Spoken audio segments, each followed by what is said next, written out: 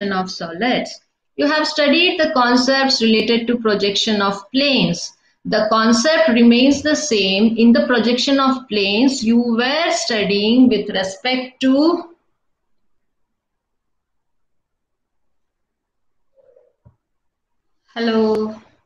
You were studying the planes with respect to the laminas which had negligible thickness. But here in case of projection of solids, we will be dealing with three-dimensional objects. So you should be thorough with the concepts, how it looks like. So let us start up with the basic concepts of projection of solids.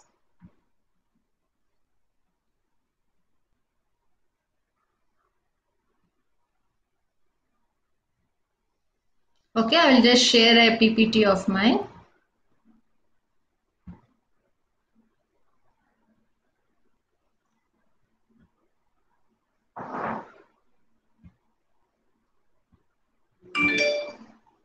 Is the PPT visible for everyone?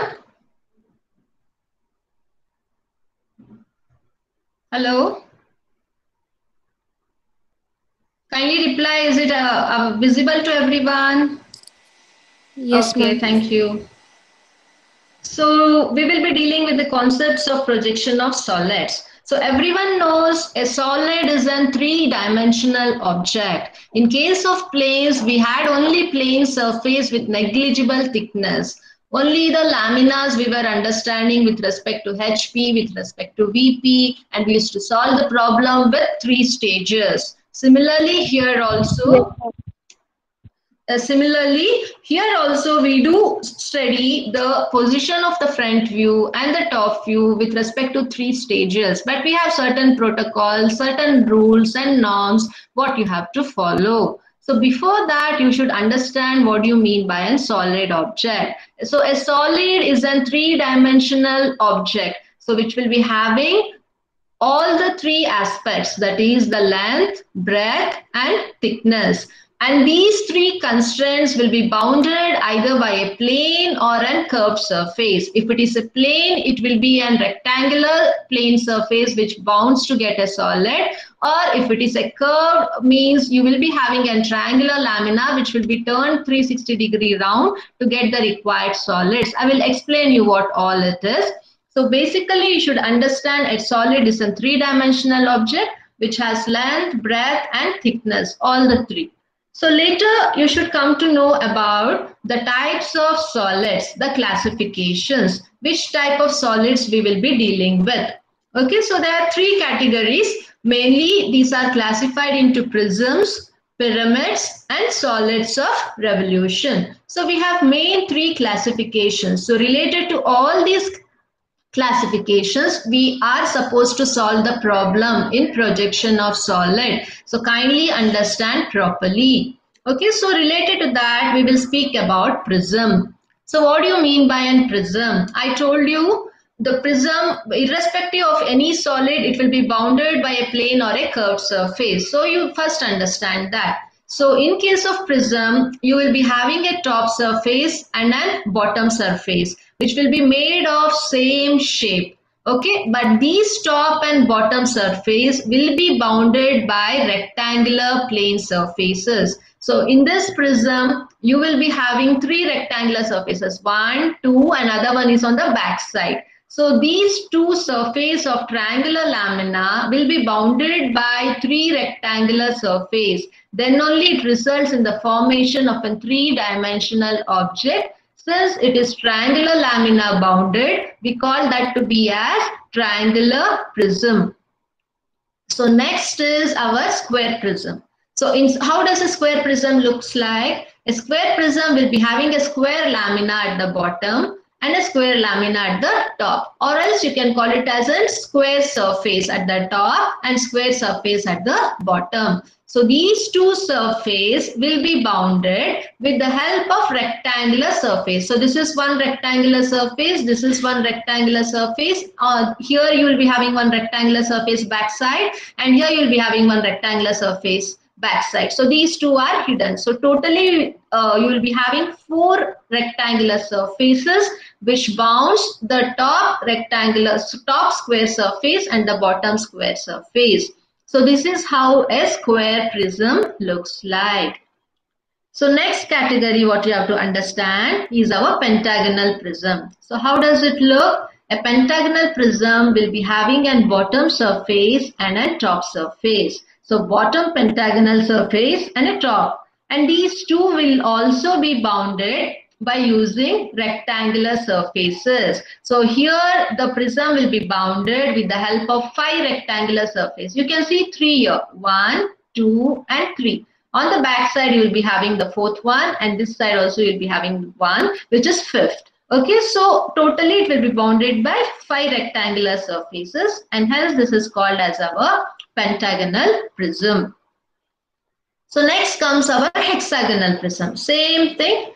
Hexagon, you know it will be having 6 sides. So you'll be having one bottom surface of hexagonal surface and one top surface, again an hexagonal lamina. So these two will be bounded again by the rectangular surfaces. Since it is hexagon, you will be having 6 rectangular surfaces. 3 here, 4th one, 5th one and 6th one. These 3 sides are hidden.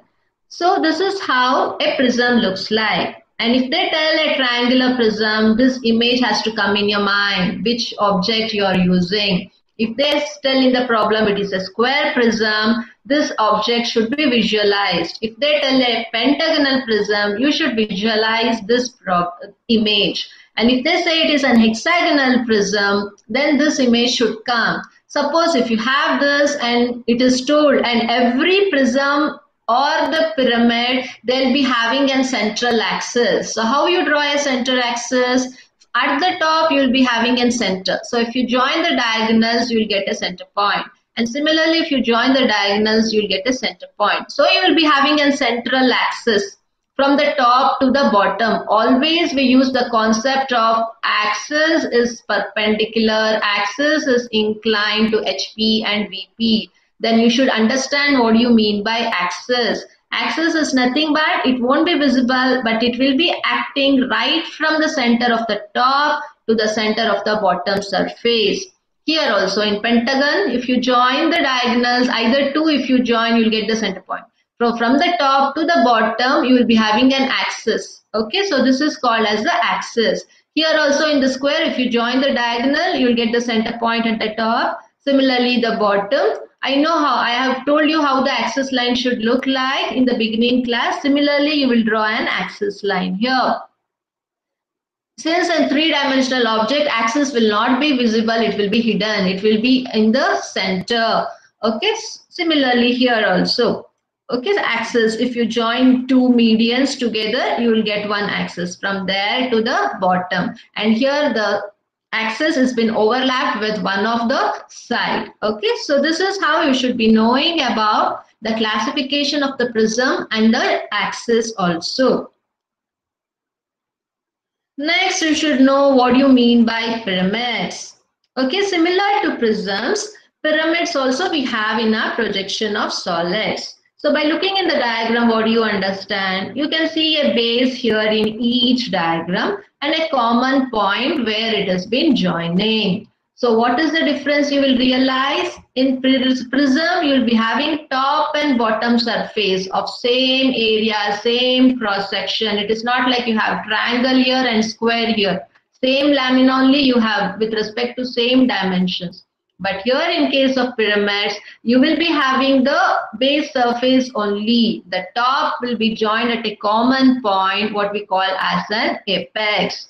And one more thing what you have to understand here is, in case of pyramids, the given base surface is bounded with the help of triangular surface. Whereas in case of prism, it was bounded using rectangular surfaces, and hence you got the same area of cross section of the base at the bottom as well as the top. But here it is not the case. You'll be having only one base. In this case, it is a triangular lamina is the base. It is bounded by triangular surfaces. So how many faces you have? 1, 2, another one is 3. So triangular pyramid is bounded by 3 triangular surfaces. So a triangular pyramid will be having a common base, which is the triangular base, and a common point where all it meets. So this is our apex. So this is called triangular pyramid.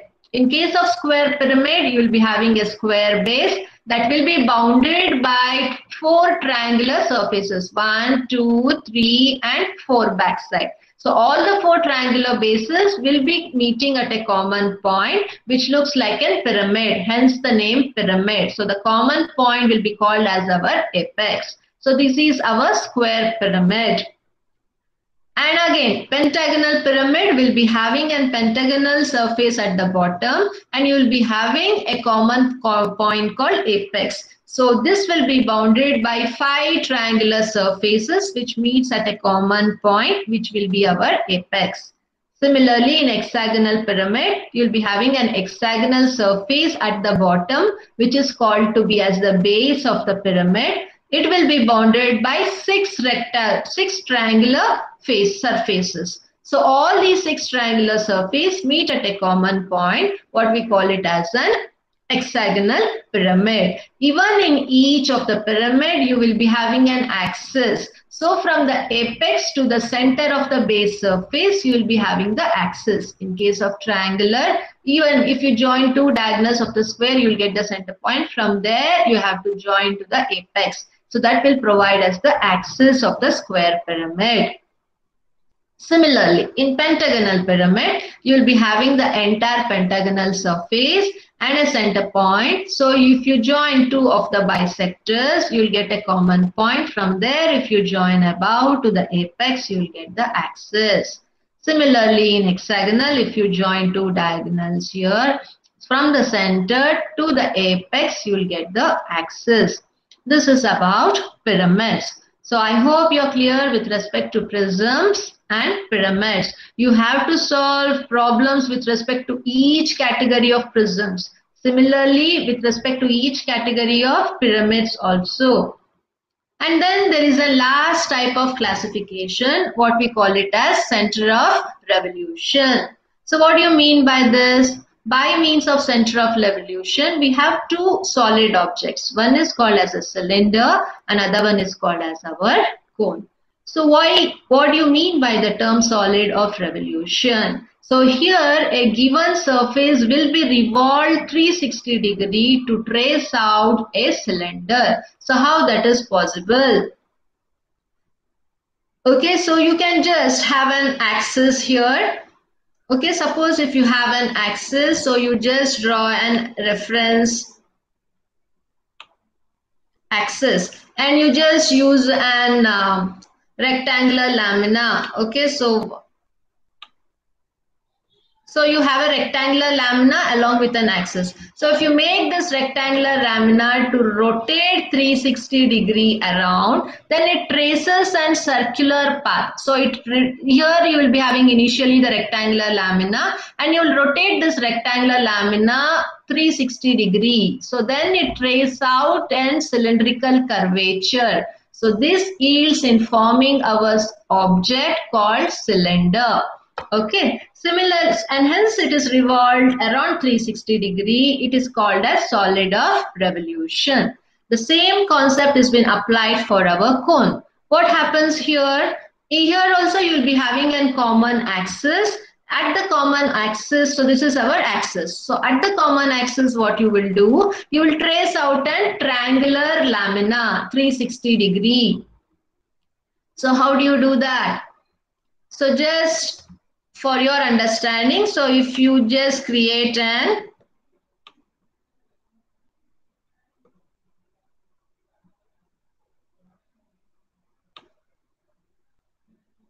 this is a triangular lamina. So if you just make to rotate this triangular lamina 360 degree around the axis, then it helps in tracing out a cone-like structure. So this is called to be as our cone. Since it is revolved, you call it as a category under solids of revolution. You can get problems again on cylinder as well as cone. So both these comes into the category of solids of revolution.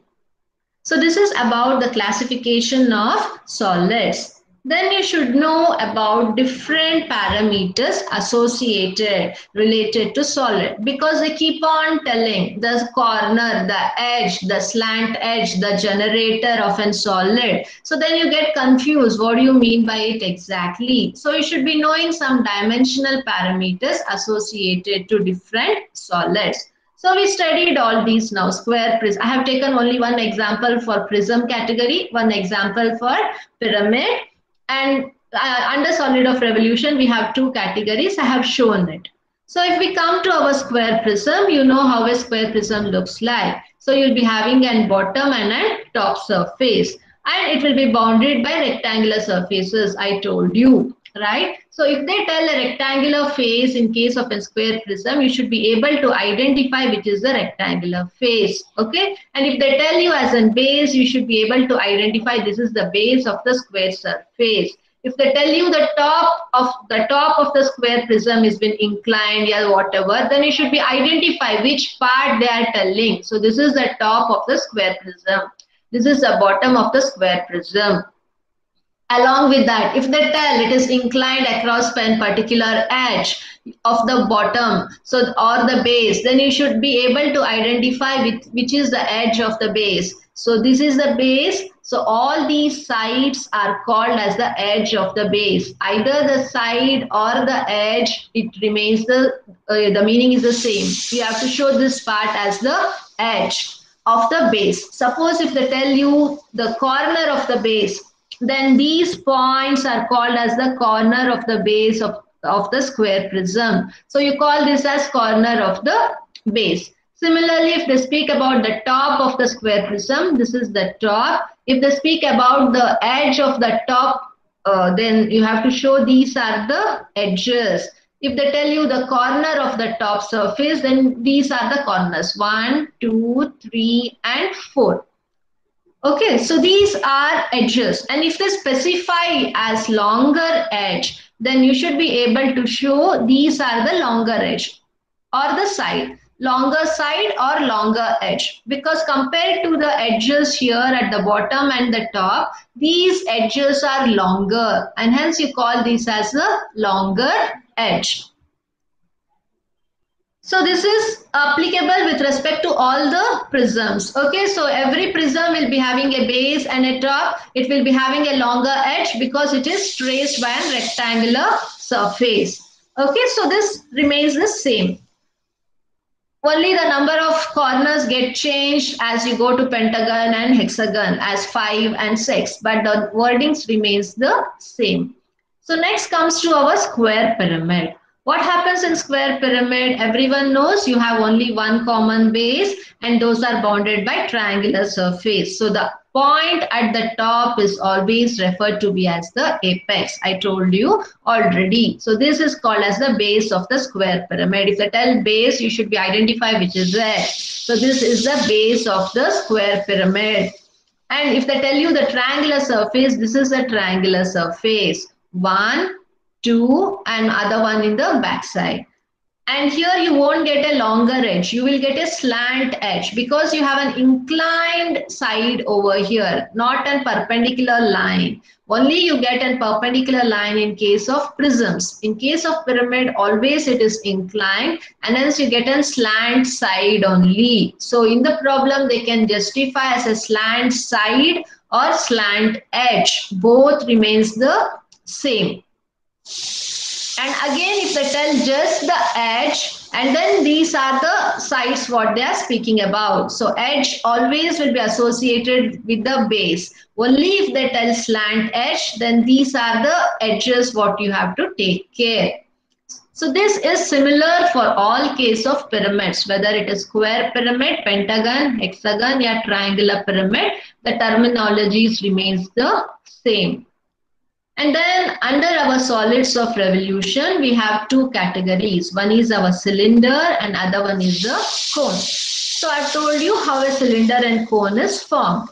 So here, when you in a cylinder, you know you'll be having a top surface and a bottom circular surface. So it is framed by a rectangular surface revolving 360 degree. So due to revolution, there will be n number of lines which are traced out across the circumference of the top circle and the circumference of the bottom circle. So these perpendicular lines will be called to be as the generators. These generators will not be visible on the cylinder. These are the imaginary lines. So this is used only to trace out how the rectangular surface has revolved across the surface to get cylindrical object.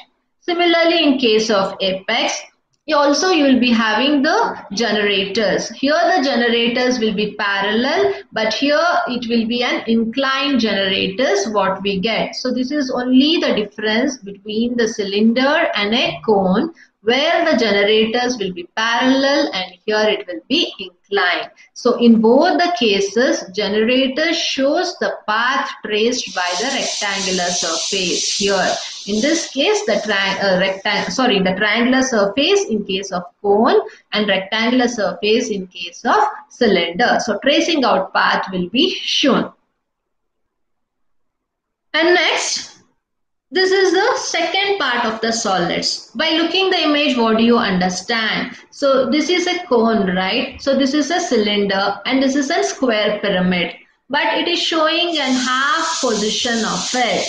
Why? So given cone is now cut out into a particular part. So upper part of the cone is been cut. And here the upper part of the cylinder is been cut. And here the upper part of the pyramid has been cut.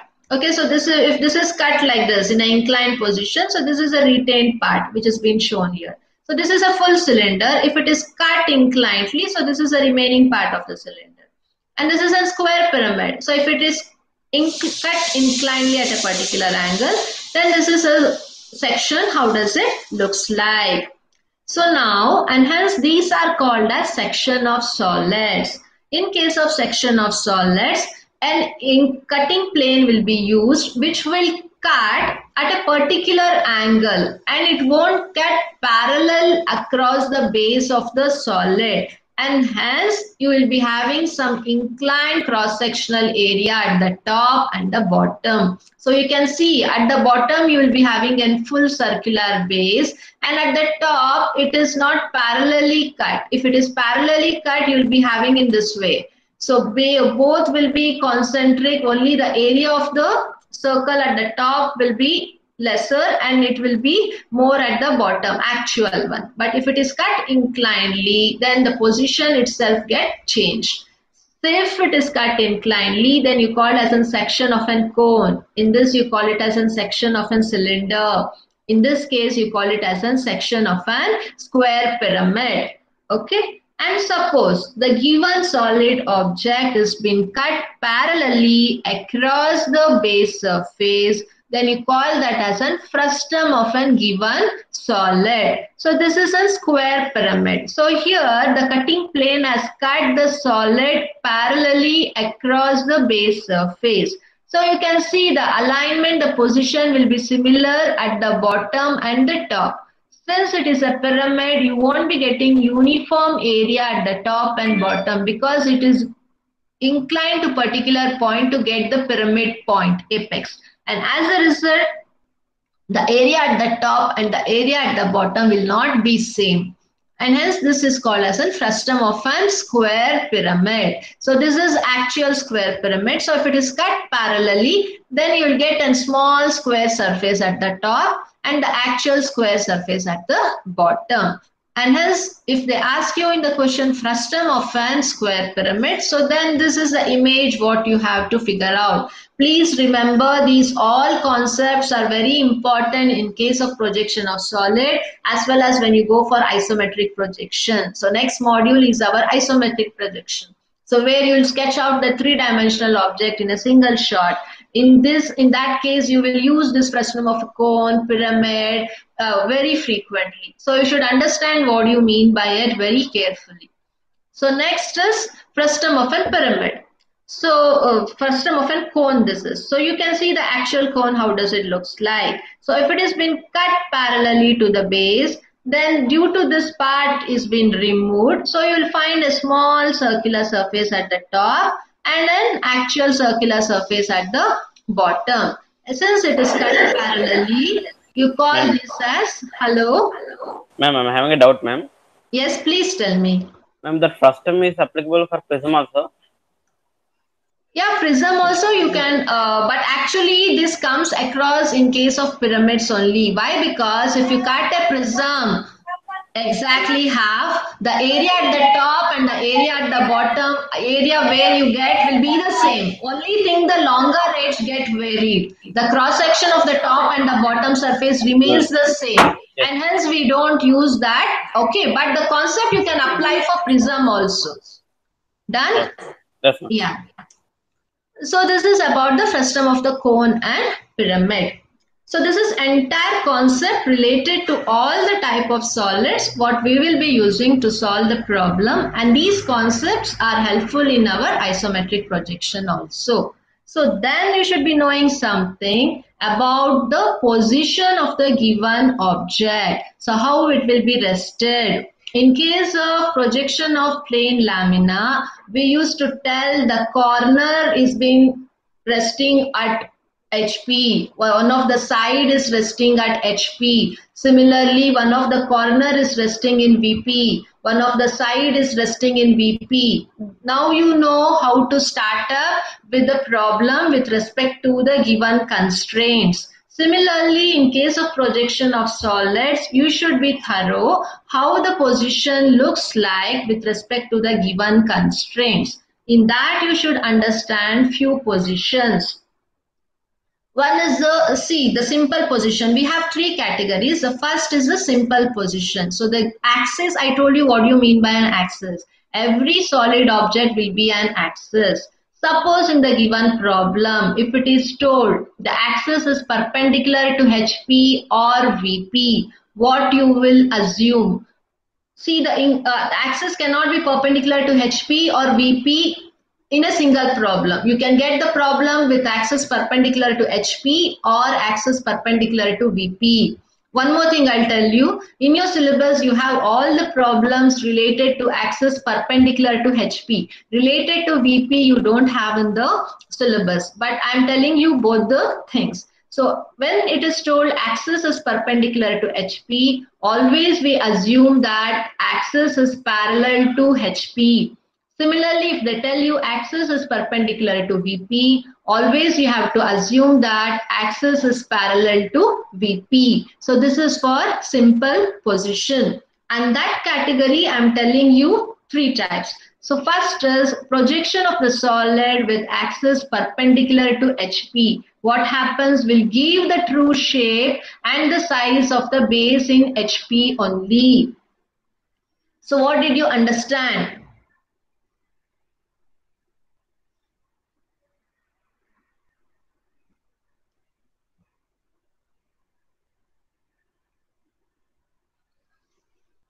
Suppose if I show you, and I have shown in the video, if it is told the axis is perpendicular to VP, so this will be our horizontal plane, so this will be our vertical plane. So if they tell about it, this is the square prism. How does it look like? A square prism has a top surface and a bottom surface. So from the center of the top surface to the center of the bottom surface, axis will be there, which is not visible. It will be hidden. So if this axis has to be perpendicular to HP, so you have to keep our HP and VP and place exactly vertical such that the axis will be perpendicular to our horizontal plane. So when this axis is perpendicular to horizontal plane, and when you view from the top, how you look like, you can just see a square base. So you have a square surface at the top and the bottom. So the true image of the square base will be visible in our top view. So that is being told. And similarly, when you view from the front, so you will just be seeing, and when you view from the front, you will just see an rectangular lamina. So this rectangular lamina will be focused in our front view. I have displayed this in the YouTube link. Kindly go through it.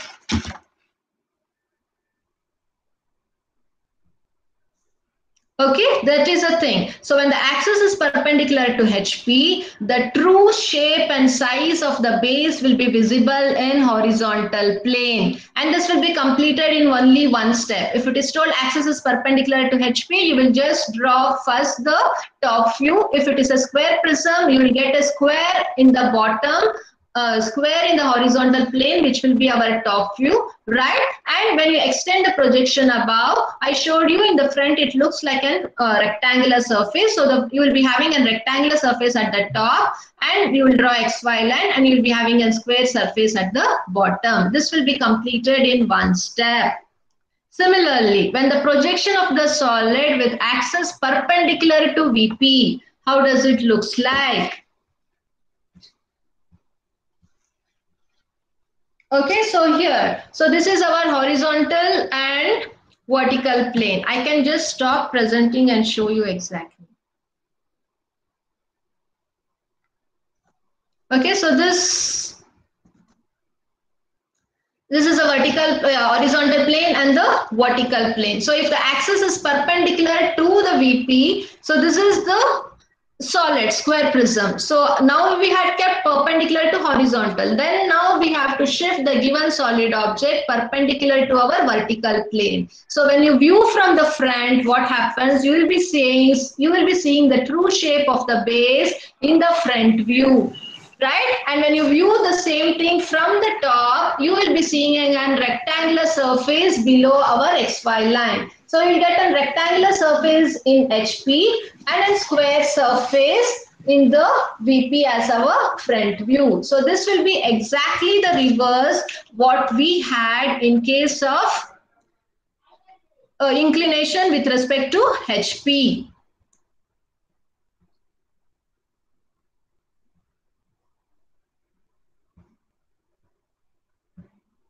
Okay, so in that case, you'll be having the true shape and size of the base in VP, exactly reverse. I'll show you the image later. Okay, so this is a thing. And in the third position, if it is told the axis is parallel to HP as well as VP, in this condition, you won't be getting the true shape of the given solid object in the front view or the top view, but you will be getting the true shape only in the case of our side view. So that you have to keep in mind. If the axis is parallel to both the planes, the true shape of the given solid will be always lying in our side view. If the axis is perpendicular to HP, the true shape and the size of the base will be provided in HP, means in our top view. If the given solid axis is perpendicular to VP, the true shape and size of the base of the given solid will lie in our VP plane. So these are about the simple positions. And next, this is a two-step problem. Okay, so what happens in two-step? It is told the axis is inclined to HP and parallel to VP. So this could be one case. Or else the axis is inclined to VP and parallel to HP. So this could be the second case. In both the stages, it will be on stage 2 problems. You will be having stage 1 and stage 2. You have in your syllabus only with respect to inclination of HP. So I'll stress more related to that. So in case the axis is inclined to HP and parallel to VP, what is the assumption we should follow? Always we will first assume that axis is perpendicular to HP. So when axis is perpendicular to HP, you will start out with the top view and then go for the front view. If it is a square prism, you will be having the true shape of the square as our top view. When you project above, you will be having a rectangular surface as our front view. So you will join the diagonal and trace out the axis and show the axis is perpendicular to HP. Then what you will do, you will draw the projections. First stage is over, and then you will show the axis inclined to a particular angle as told in the question. Then you will shift the right rectangular surface into a particular inclination. Then you take the projection down and show the top view of the second stage. So it will be only a two-stage problem what we do follow.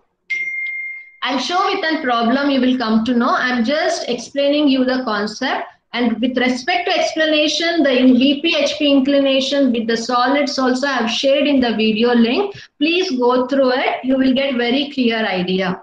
So in the step 2, what happens? That's what I told you. In the first step, you will assume the axis is perpendicular, then you draw the square as the top view and the rectangular surface as a front view. So in the second step, we will take the inclination with respect to HP. So as we used to leave some space, shift the axis to particular angle as told in the question.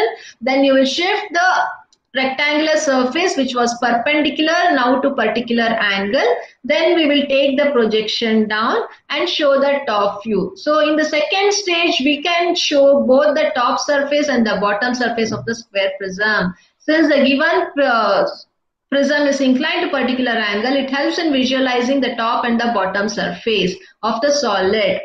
So this is the second position. So always we get the problem related to the option when the axis is inclined to both HP and VP. So in this we get 3-stage problem.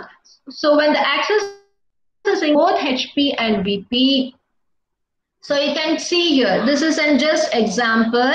This is an triangular pyramid. Always in the first stage, axis will be assumed to be perpendicular to the axis. In the second stage, we assume the given axis is inclined to particular angle to HP. Then we will show the given angle will be inclined to particular angle to VP. So these are the 3 positions. Only we'll be shifting the axis. Okay. So in stage 1, when in the question, if it is told the axis is inclined to both HP and VP, first assumption is you will keep the axis perpendicular to HP and draw the projection. In this condition, you will draw the first front view and the first top view. This is done. And in the second step, what we follow is we will always take the axis inclined to HP at the given inclination. Then you will shift the front view which was in upright position. So here the axis is perpendicular and as you'll be having an upright position. So when the axis is inclined to particular angle, you are shifting the entire front view to a particular angle. So when you shift an entire surface into particular angle and trace and take the projection down, it helps to see the bottom surface as well as the top surface in our top view. Okay, so that is the extra part what we get in projection of solids. So first you keep the axis perpendicular. Then in the second step, we follow that axis is inclined to particular angle to HP. So this is the second stage. Make the axis inclined to HP at the required inclination. Then you will redraw the entire front view and the top view. So you'll be getting the second position of the front view and the second position of the top view. So this is the second step what we follow. So after the second step, we have the third step what we do follow. So what we do in third step, we always take the inclination with respect to VP. Okay, so then we will take the inclination with respect to VP. So here the inclination with respect to HP is done. And these are the different positions. Okay, don't focus on it. I'm just showing you the axis. In the first step, the axis will be perpendicular.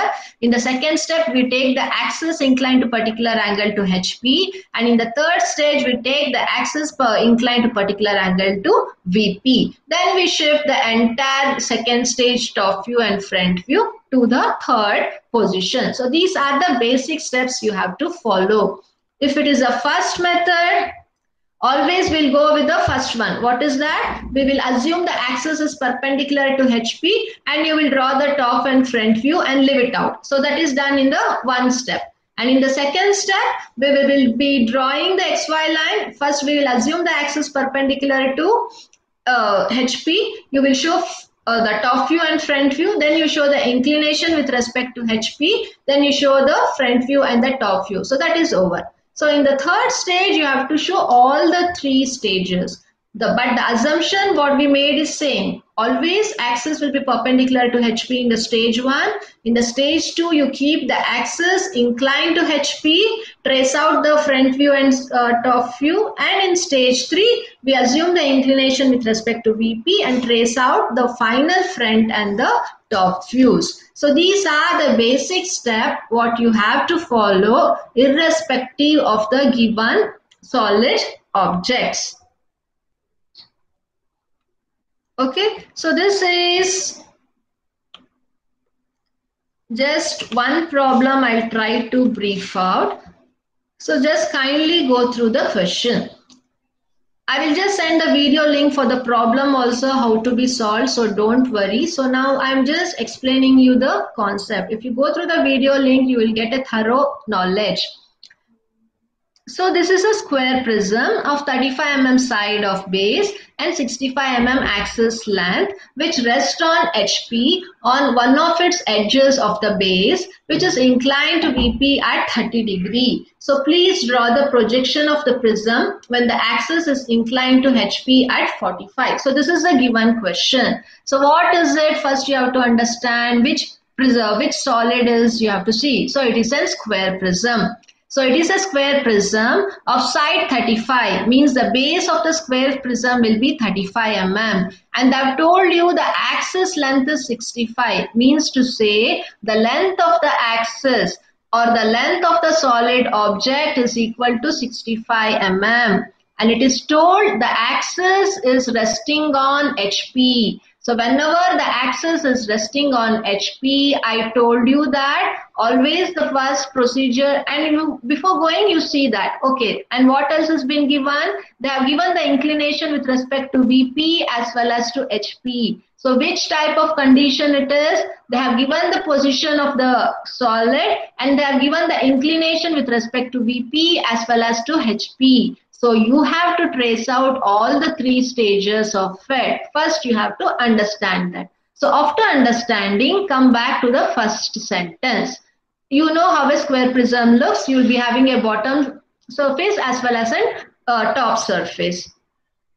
Right, so now if you see, so this is a square prism which will be having a top surface and a bottom surface. So they have told axis length is 65, means this height of the prism, the square prism is 65 mm and the axis from the center to the bottom, that height is 65 mm what they have told.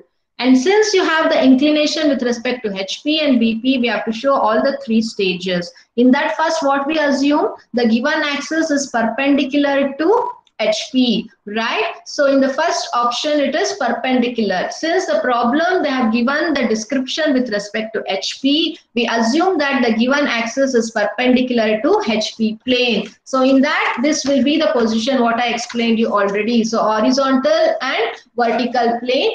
Axis should be perpendicular to HP, means you have to place the square prism in this way, such that the axis from the top to the bottom is perpendicular to HP plane. So when you view from the, so in this position, when you view from the top, you can just see a square base. So when you view from the top, you get the true shape of the square base, and hence we draw the square as a top view, okay? So here we draw the square as a top view. So it is resting on one of its side. It is not told resting on one of its corner. If it is corner, then we have to shift the square in such a way that it position towards the corner. It is a regular square. So what we do is, so you will rest the position of the square. It is shown 35 mm. So you draw a square. Everyone know how to draw a square. Draw the base of 35 mm. Take vertical 90 degree from both the edges, both the corners, then use the compass, keep one end of the compass here, cut an arc of 35 mm, keep one end of the compass here, cut an arc for 35 mm, you got these 2 points, join it.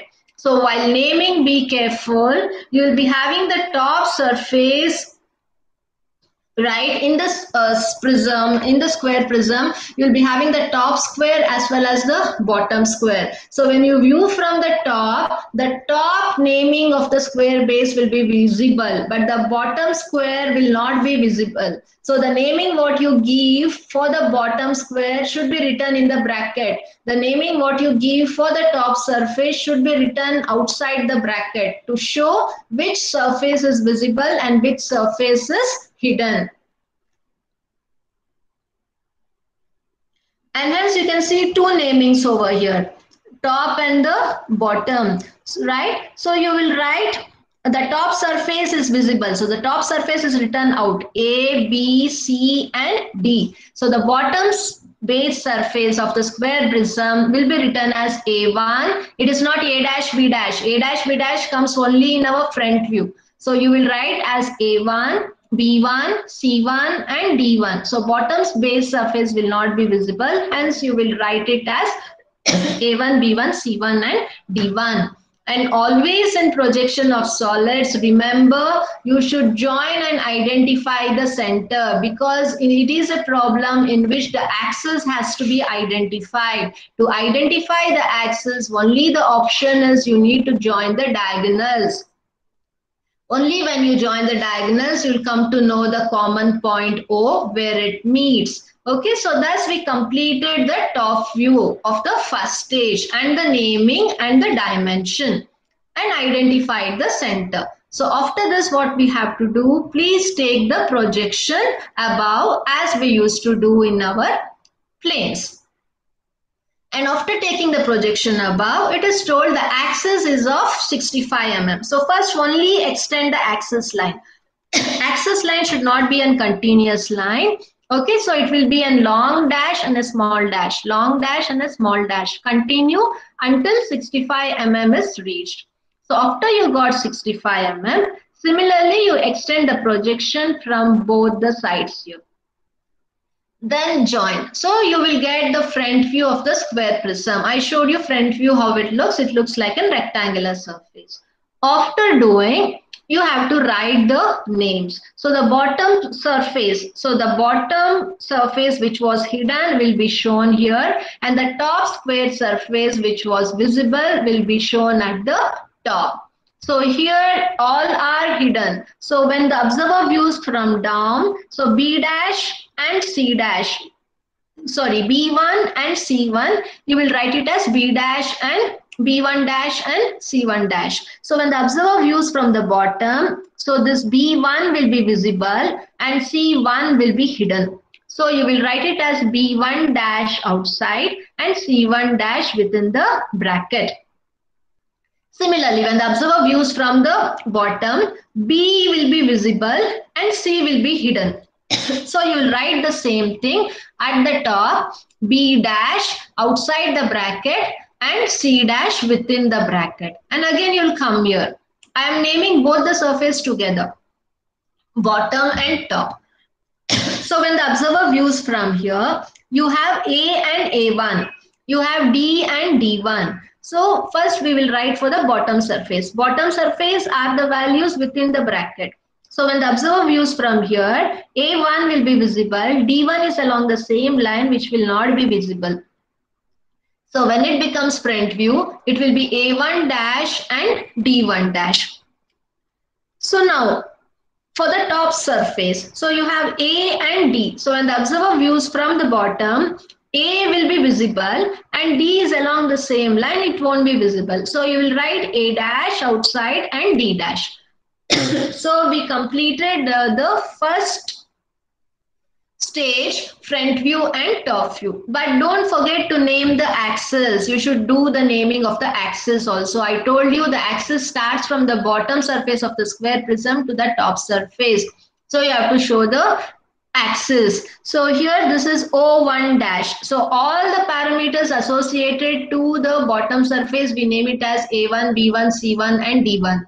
And for the top, we name it as A, B, C and D. Similarly, the center also, it will be O1 and it will be O. But since it is front view, we will add this as O1 dash and O dash. So this is the stage 1. In stage 1, we assume the given axis is perpendicular to HP. Now, what is the second stage? In second stage, we always assume the given axis is inclined to HP. And here, inclination with respect to HP is given. How much? It is 45 degree. So first you will take an axis of, first you will leave some space and then you will draw an 45-degree line such that the axis is inclined to 45-degree line. After you incline the axis, the entire front view should be shifted to 45-degree. Here the axis was 90-degree. Now you are shifting the front view for 45-degree line. So how will you construct this line? You can please extend. Here it is not being shown, but it could be extended. So you will extend this axis line. Okay, so then you should draw a line such that for this axis line, this line will be exactly perpendicular. So the axis line and this edge will be exactly perpendicular. Okay, so if this has to be 90, if this is 45, obviously this also will be 45-degree. Understood? Based on the given inclination, this is 45-degree. And I told this side should be 90. So if should be 90, if this is 45, so if you subtract 180-degree minus of these two angles, obviously this side also will be 45. So I can directly keep 45-degree line and extend this. After you extend this line, then you measure the distance, how much it is. So you should incline the position such that the corner here will be lying at one point. It should not come below or above. Okay, I'll show you the exact construction in the video link. I'm explaining, kindly understand the concept. So after taking 45-degree line from here, this axis is already traced out. So you know this distance is how much. And from this distance to this, you please measure using the compass. Keep one end of the compass here and you cut an arc. So you got the base now shifted from perpendicular to the 45-degree line. So after that, what you do is this 45-degree line you have. So in this line, you measure the 65 mm, how much it is. Keep one end of the compass here and measure 65 mm and cut an arc. So you got this reference. Similarly, from here, you draw a line parallel to axis line. Draw a line parallel to our axis line. Keep one end of the compass and measure 65 mm, cut an arc. Keep one end of the compass and measure 65 mm, cut an arc. So you got all the 4 points. Please darken it and do the naming as shown in the first stage front view. Don't omit any naming. All the namings written here has to be traced out. Okay, so after you do the renaming for the front view, again the procedure is same. So you will take all the projections from each point. Okay, so you will take all the projection. After taking all the projection, you will extend the projection from our top view also. So while joining and getting the top view, you should be very careful. You should follow some protocol. What is it? Okay, so when the axis was perpendicular, you can see only the bottom surface of the given square prism. But when the axis is inclined, it is helping you to show the bottom base of the square prism as well as the top surface of the square prism also. Is it right? So now first you should understand why it is so. So when it has been inclined, it will be viewed from the top. So when it will be viewed from the top surface will be visible completely. The bottom surface will be visible partially and this edge will not be visible. How you will identify it? I'll explain you. Listen carefully. So after taking the projection down, your first duty is to cover the outer boundary first. The outer boundary will be always visible. Okay, so what you do is please read the locus.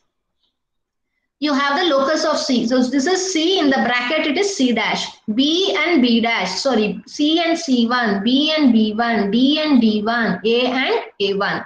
Okay, so now you extend the projection. You have extended already. So you start reading the locus. So this is, so now first I am focusing of the bottom surface. Top surface is here, bottom surface is here. I am reading only the bottom surface. Bottom surface values are the values which are within the bracket. So this is the locus of C1 and locus of C1 dash. It is meeting at this point. Name it immediately as C1. And then come here. Locus of B1 is meeting B1 dash here. So this is our point B1. And locus of A1 is meeting A1 dash. A1 dash is written here. Is meeting A1 dash at this point. So this will be our A1. Locus of D1 is meeting D1 dash at this point. So this is our D1. So we named our bottom square prism. Similarly, we have to name the top surface of a prism, right? So now read the top surface readings. So this is the locus of C is meeting locus of C dash at this point. So name this as C. Then locus of D is meeting D dash at this point. So this is our point D. Then the locus of A is meeting A dash at this point. So this will be our point A. And we have locus of B, which is meeting B dash at this point. So this is our B. Okay, so please name it immediately or else you will get confused. After naming it, your first duty is to join the outer boundary of the square prism. So use a thick pencil, dark pencil and darken it immediately. Don't overwrite and show two lines. Many people are doing that. Darken immediately because outer side of the solid will be always visible. No side of a given solid could be hidden in the outer side. So please make all the sides dark and thick. So that is over. So before coming to the inner part, you have the axis line here. So please read the locus. So this is the axis of the bottom surface. This is the axis of the top surface. So the axis of the bottom surface O dash is meeting O1 at this point. So this is our O1. Similarly, the axis of the top surface O is meeting O dash at this point. So this is our O. So we named our axis also. Axis will be like this form. A big line, a small, a big, a small, a big, a small line. So join and show the axis. So now the left part is which side of the top surface is visible and which side of the top surface is not visible. Right. So now here, this is a top view and this is a front view. So if the observer views from the front, so if the observer views from the top here, always what happens, the top surface of the solid will be hidden. Right now, this is vertical. So in the vertical position, when the axis is perpendicular, you can see the entire top surface. When this is inclined to particular surface also, when the observer views from here, this axis is inclined. So now this axis is inclined to particular angle to our XY plane. If this is our XY plane, this has been inclined to particular angle. But when the observer views here from the top surface will be clearly visible. And only some part of the bottom surface is visible and the rest part of the bottom surface is hidden. So we have to understand which part of the surface is hidden and which part of the surface is visible when the axis is inclined and viewed from the top.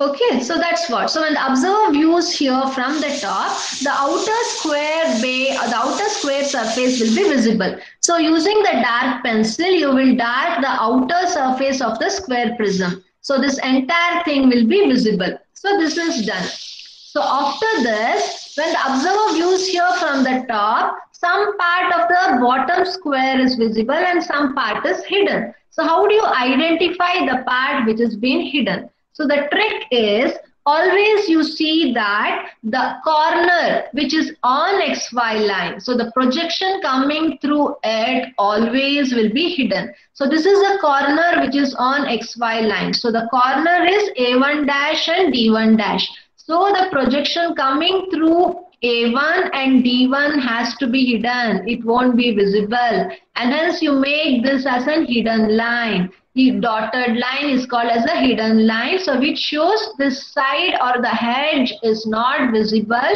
when it is viewed from the top when the axis is inclined to give an angle. Okay, so once you trace out which is hidden, the remaining part you can dark. So this is darkened already. So this was supposed to be darkened. You will dark it.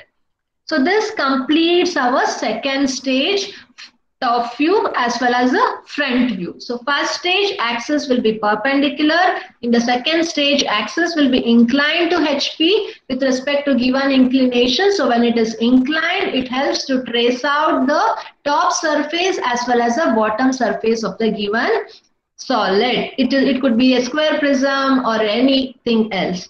Okay, let me explain you the last stage. So in last stage, I told you when the axis is inclined to both HP and VP, we will assume first perpendicular is the axis, second inclined to HP, and third is inclined to VP. But which side is inclined to VP, you have to understand, no? So read the question. What is being told? So the axis 65 mm rests on HP on one of its edges of the base, and the same edge is inclined to our VP, right? So here now which edge we have inclined, which edge was resting in HP? So this is the edge which was resting on HP, right? So the same edge is now, just a second, I'll just read the question. I didn't read exactly. 35 mm side of a base and 65 mm axis length rest on HP on one of its edges of the base, which is inclined to VP at 30 degree. Okay, it is told that first you know that it is resting on HP. So any one of the edge in which it was resting is inclined to VP. So what is being done here? See the problem carefully. So one of the side or the edge on which it was resting is now inclined to 30 degree to VP. So you can take either this side or this side, because in the first stage we take axis perpendicular to HP. In that case, it will be resting on one of the side. So any of the side, read this, HP on one of its edges of the base. So one of the edge of the base is inclined to VP. So here they have taken the side as D of D1, A of A1. So this side or the edge is inclined to VP. Okay, one of the edge they have told, they haven't specified which edge. If they specify the edge properly, then you have to go with the asked edge only, any one of the edge. So they have taken opposite one because this will be convenient, so rather than going for this edge. Okay, so they have taken the opposite edge, D and A. So D of D1, A of A1. So this edge should be now inclined to 30 degree to VP.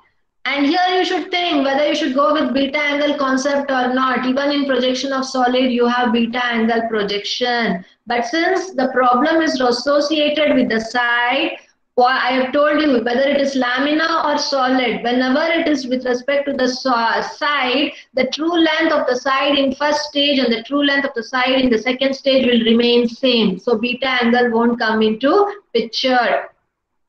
If the axis was supposed to be inclined, then what happens is you have to determine the beta angle, because you'll get the true length of the axis in the first stage. And here, if you measure the axis length, it will be different because it has been inclined to particular angle. You'll get only the apparent length of the axis here, true length here, and hence in that case, it becomes beta angle. Since it is told the given side is inclined to 30 degree to VP, it is just a normal problem without apparent angle determination. So what you do is you will take 30 degree and then you will shift this side on 30 degree line. Always we have to shift the second stage problem to the third stage. So don't worry about the first stage. So this is the side. So you measure this side, how much it is, leave some space. If you usually you won't get enough space, so what you can do is, instead of taking 30 degree directly from XY plane, you can just draw a line parallel to our XY plane, leaving some distance of 1 centimeter or so. Just draw a parallel line. From there, you try to take 30 degrees because you have to solve the entire solid, right? So after taking 30 degree, leave some space. Don't start very near. Leave some space and fix a point and name that as D1. After you name it as D1, you measure this distance exactly how much it is. On 30 degree line, you cut that distance. Then you will get A1. So now you got the side or the edge on 30 degree. So you have to construct the remaining part of the bottom surface and the top surface along with the height. right? So how do you construct it? Once you know D1 and A1, just for 5 minutes, I will complete this. Once you know D1 and A1, just draw an perpendicular line. Okay, extend this perpendicular line on both the sides. From this point, draw a perpendicular line, extend it, draw a perpendicular line, extend it, such that this will be 90 and this will be 90. After you construct perpendicular line, measure from D1 to C how much it is, cut an arc. And again from A1 to B how much it is, A1 and B1 how much it is, you cut an arc on the perpendicular line. So you got all the 4 points. So you see which is hidden and which is darkened. Same thing you replicate, second to third. Okay, so you named this as C1 and B1, D1 and A1 you have already named. So remaining part you have to do. So from D, you have extended the perpendicular line here also. So you measure D1 to see how much it is, just cut an arc. And again from A1 to B how much it is, you cut an arc or make a reference point. So then you will get the side C and B of the top surface. So name that as C and B. You need to get these two. So again from D1 you measure this distance how much it is.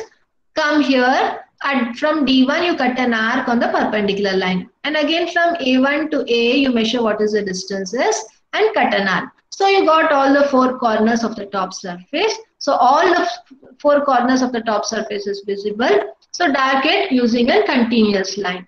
And the axis also. Identify the midpoint of D1 and A1. So from the midpoint, you measure this distance, how much it is, O1. Make a point. And again, identify the midpoint of C and B. From that midpoint, you just measure this from midpoint to O, how much is the distance. Make a reference point. So from that point to this, just draw an axis line. So here shifting this apparent length axis to here. So once you get this problem, once you get the third stage of the top view, you have to extend the projections. Be careful while you get the final stage. Please extend the projection from C1, from the bottom surface, from the top surface, and from the axis also. So projection from C1, projection from B1, projection from B, projection from C, projection from D1, projection from A1, projection from A, and projection from D. After that, also extend the projection from O1 and projection from O.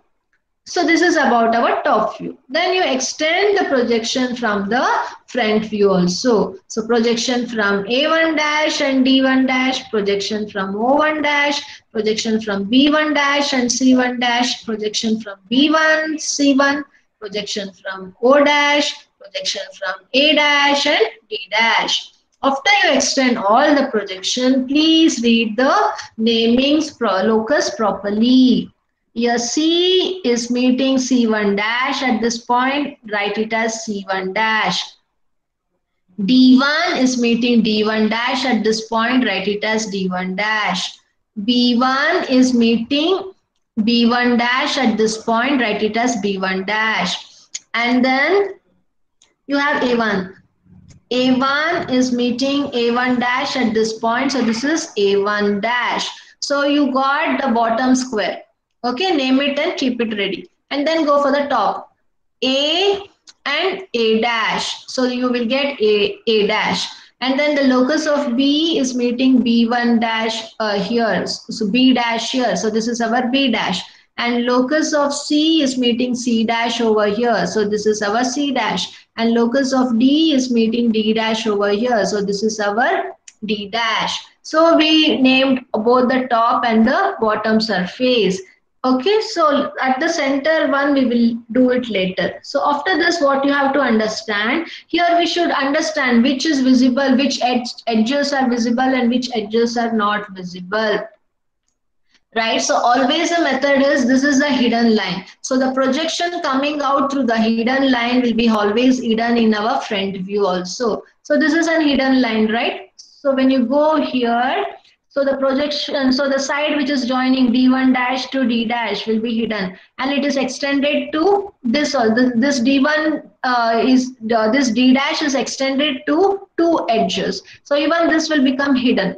This is also hidden, and this is also hidden. So these 3 corners these three edges will be hidden. So remaining part will be visible. So remaining all the points you can blindly join using dark thick line. So the this part you will make it dark, and this part also you will make it dark, and the vertical height which is slanting here also you will join it carefully. So then you can see the inclined position of the square prism in our final front view. We haven't located our center axis yet.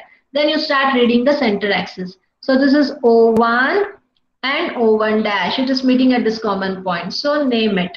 And again you come here. O is naming O dash at this point. So make a point. So then you draw the axis line. Okay. So this completes our third stage. So this is a simple problem on square prism. We haven't gone to complicated problem yet. Please understand very carefully, draw a rough sketch for the concept understanding, then trace out with respect to actual measurement. Only practice makes you perfect. So don't think it is difficult. Please clearly understand the concept. Try to solve one problem by your own. You will really understand and you will have fun in solving projection of solids for sure.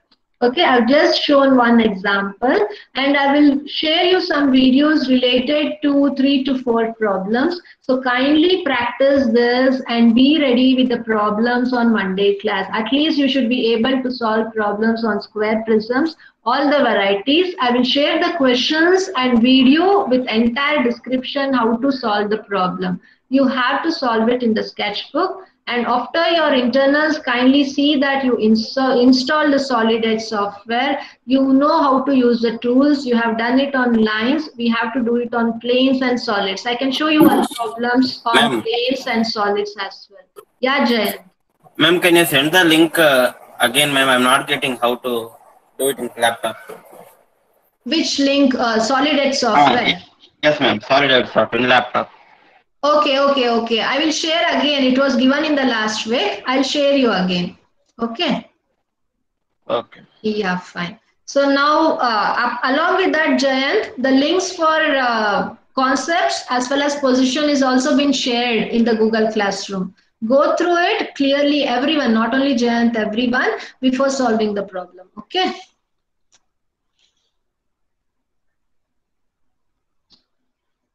Am I audible to everyone?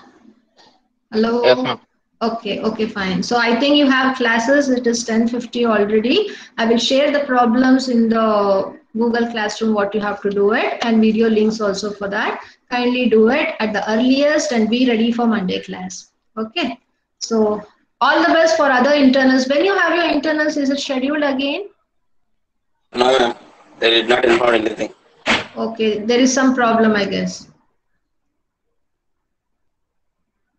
Okay, fine then. Everyone take care.